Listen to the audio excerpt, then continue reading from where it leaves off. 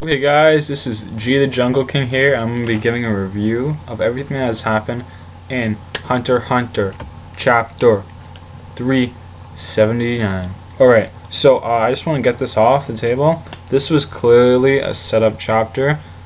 I think it was a good setup chapter because there was actually quite a lot of foreshadowing, and I'll talk about that in a second. So, we get into this chapter, and we actually are into it in the perception of Mizu Storm, whatever you say his name.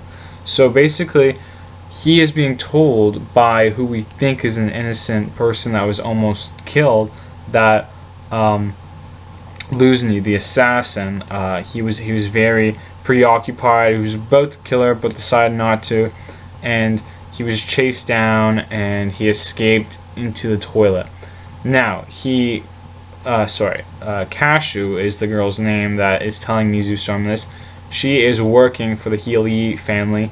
She was actually partnered with Luzhny, the assassin, and so what Luzhny asked her to do is to play this victim role and make sure that she clearly tells him about the Nen power, about how he keeps on mentioning 20 or 21 kills, the leveling system, and he wants to make sure they know that he has a crescent moon shaped scar to really understand the gravity of how smart Mizu Storm is, how intelligent his detective abilities are. And now actually, based on what Mizu Storm says, we see that he actually does believe Cashew. And I know Mizu Storm's a very smart guy. He is a detective, basically. That's what his whole hunter part. That's what he is in the Hunter Association, and so it's not looking good. I'm not proud about this. I'm not happy, and so we get a little bit of insight into Cashew. And unlike Luzhny, who he wants to basically kill everyone fast as possible, Cashew's kind of taking her time. It sounds like she just kind of wants to have fun. That's what she's going for. So, next we kind of actually get some insight on how Luzhny powers work. And so, when I first thought about this, I thought it was pretty lame, to be honest. But then after thinking about it, and after realizing everything he can do, they can be very troublesome. And we actually get some insight further from characters in this chapter about how troublesome they can be. So I just want to go right into this. So he's a teleporter. He can teleport from place to place. Now, he can only do this as long as he's in a room. It has to be in a room that has all. There's no entrance, and the exit and entrance are the same place, like a closet or a washroom, something like this. That is what he. That's the only way he can use his powers.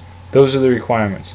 Now, he can teleport anywhere he's already been to, okay, that meets these requirements if the door is locked or sealed. Now, this is really important because the majority of closets are closed, the majority of bathrooms are closed.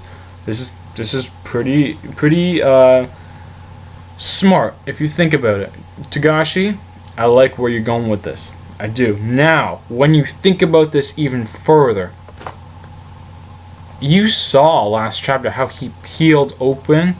He could basically peel open the dimension to see what was going on. He can do this with every single place he's teleported to. If he's been in a washroom outside the boat on the nation of Kaken soil, he can do that. So he can go into Kaken. He just said he hasn't tested it yet. Maybe there's a restriction of how far he can do it, but so far it appears as though he can travel to one side of the world easily if the requirements are met. And this is very dangerous, actually. So, now we go on to Nobunaga, Finks, and Phaeton. And so Nobunaga realizes that Luzhny is toying with them, and he wants them to follow the trail of blood he left behind. And so it's discovered that it's not Hisoka by Phaeton, because Phaeton realizes that Hisoka's cutting skills are much more accurate than Luzhny's, And if it were Hisoka, there would be trails of, or an essence left behind of his bungee gum, because Hisoka fucking loves that shit. That's his heroin. And so, yeah, that's why they know it's not Hisoka. And they were thinking about this because Hisoka does use cards to kill people, to slit their throats. We've seen this many times in the series. In the Hunter exam arc, we've seen this with him versus the Butler. We've seen this, many times. It's really cool. It's really cool. Togashi, you have the best weapon. It's gone as a fishing rod. Hisoka has playing cards. Killua has a yo-yo. Fuck yeah. Anyways, so now we meet. What's his name?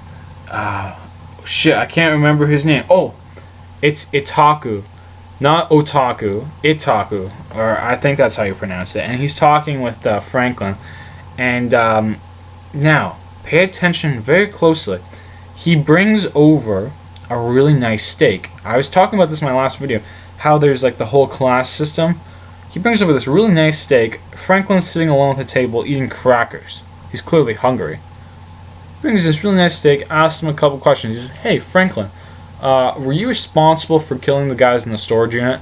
Franklin says, "Listen, no, we weren't. If you start a fight, we will finish the fight. But if not, we weren't responsible." So, that statement, very clear. Itaku also goes on to say, "You guys are thieves. Do you have any other objective here other than to kill Hisoka?" He says, "Killing Hisoka is our number one priority. After that, we have plans." So, he brings over this steak. He's smoking. He lights out his cigarette on the steak. So the present he brought Franklin is now useless. It's an insult. It's like spitting on your food.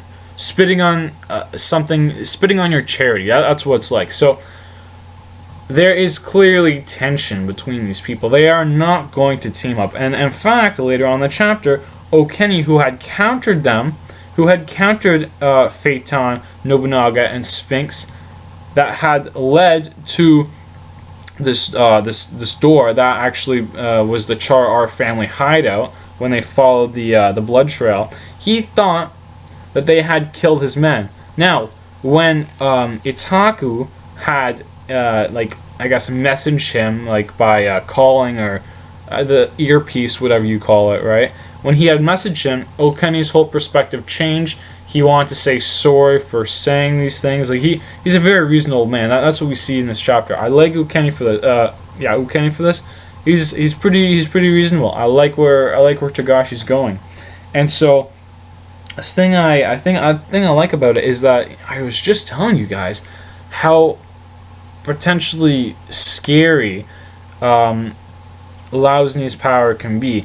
Now, I don't think Lausni is the most isn't as good as an assassin as Phaeton, for an example, but with this power, he does have a clear advantage of popping out of the blue and killing a lot of people. That's exactly what he did. And so this is how frightening it can be, because he was let in to the hideout.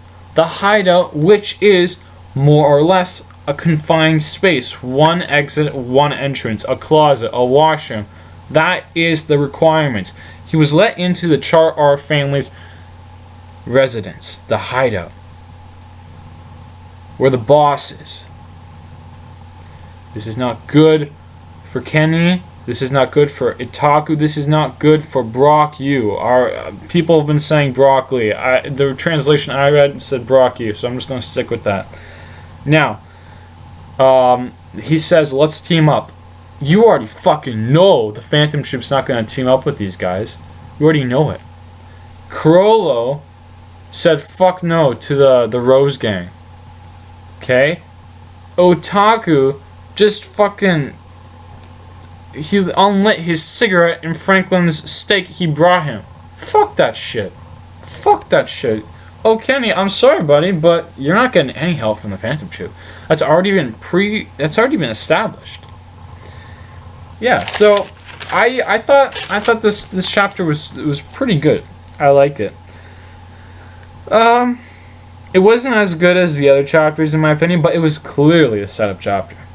More development. We didn't see any of the princes, but we were introduced to a couple of the assassins. That's always cool. We got introduced to 2 new characters, Ukeni and man, I forget her name. Cashew.